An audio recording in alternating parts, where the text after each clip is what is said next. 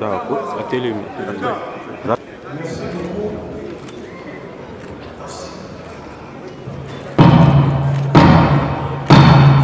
L'Assemblée plénière a déclaré recevable 4 projets de loi après débat ce jeudi 4 décembre sous la conduite du premier vice-président de l'Assemblée nationale, l'honorable Isaac Janko Chilumbaï. Il s'agit du projet de loi relatif au marché boursier en RDC, défendu par Gracie Yamba, vice-ministre des Finances, du projet de loi fixant les principes fondamentaux relatifs à la justice transitionnelle en RDC, défendu par Guy Luando, ministre d'État, ministre des Relations avec le Parlement, représentant le ministre des Droits humains, empêché, du projet de loi relatif aux jeux d'argent et de hasard en RDC, défendu par Gracie Yamba, vice-ministre des Finances. Et enfin, du projet de loi autorisant la ratification par la RDC de la Convention mondiale de l'UNESCO sur la reconnaissance des qualifications relatives à l'enseignement supérieur, signé à Paris le 25 novembre 2025 et défendu par Marie-Thérèse Sombo, ministre de l'Enseignement supérieur universitaire, recherche scientifique et innovation. Quant au projet de loi fixant les principes fondamentaux relatifs à la justice transitionnelle en RDC, le ministre Guy Luando a noté que celui-ci s'impose au pays pour mettre fin à l'impunité et répondre aux besoins des victimes. Plus généralement, ce projet de loi vise à élucider les causes profondes de la recrudescence de l'insécurité et des crimes perpétrés, ainsi que les mécanismes de réparation. Pour mettre fin à l'impunité et répondre aux besoins des victimes, l'implémentation de la justice transitionnelle s'impose. Celle-ci repose sur le pilier suivant: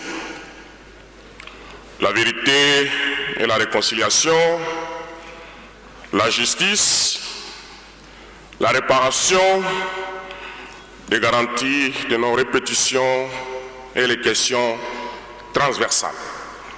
Quant à la ministre des Lessus, celle-ci est revenue sur le bien fondé de la Convention de l'UNESCO pour la RDC, conformément aux principes universels pour une reconnaissance équitable, transparente et non discriminatoire des diplômes de l'enseignement supérieur ainsi que des qualifications donnant accès à cet enseignement. Décret du ministère de l'Enseignement supérieur, universitaire, recherche scientifique et innovation que nous exprimons devant cette auguste assemblée est d'intégrer la République démocratique du Congo dans ce mécanisme international de reconnaissance des diplômes lancé par l'UNESCO depuis 2019. Cette démarche est un moyen sûr qui traduit une diplomatie académique et l'internationalisation de notre système éducatif sans lesquels nos étudiants ne pourront pas se mesurer à travers le monde.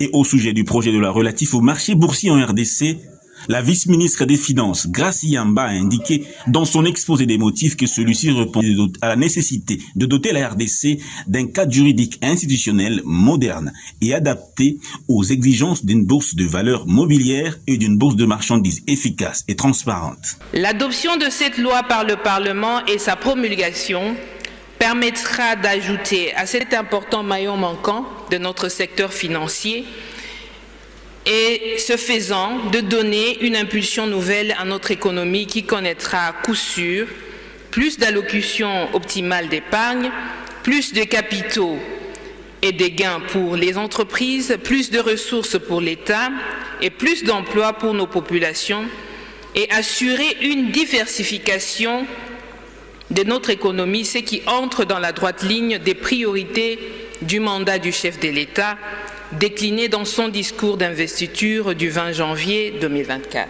Et à propos du projet de loi relatif aux jeux d'argent et de hasard en RDC, la vice-ministre des Finances, Gracie Yamba Kazadi, a par ailleurs indiqué que la présente loi constitue une étape cruciale vers la modernisation et la régulation du secteur des jeux d'argent et de hasard en RDC, tout en consacrant la protection des personnes vulnérables, les cas des mineurs.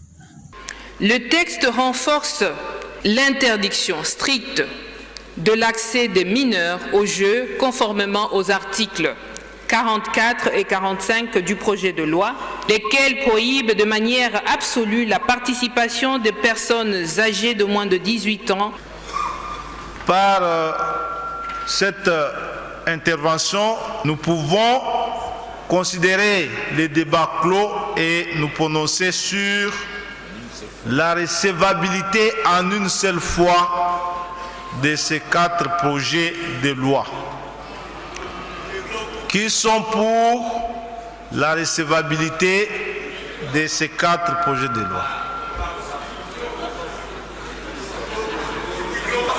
Qui sont contre? 5. Abstention? Merci.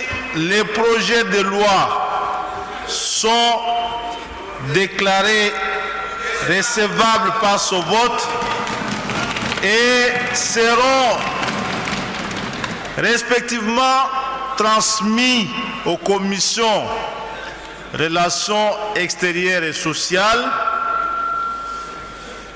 économiques, financières et contrôle budgétaire.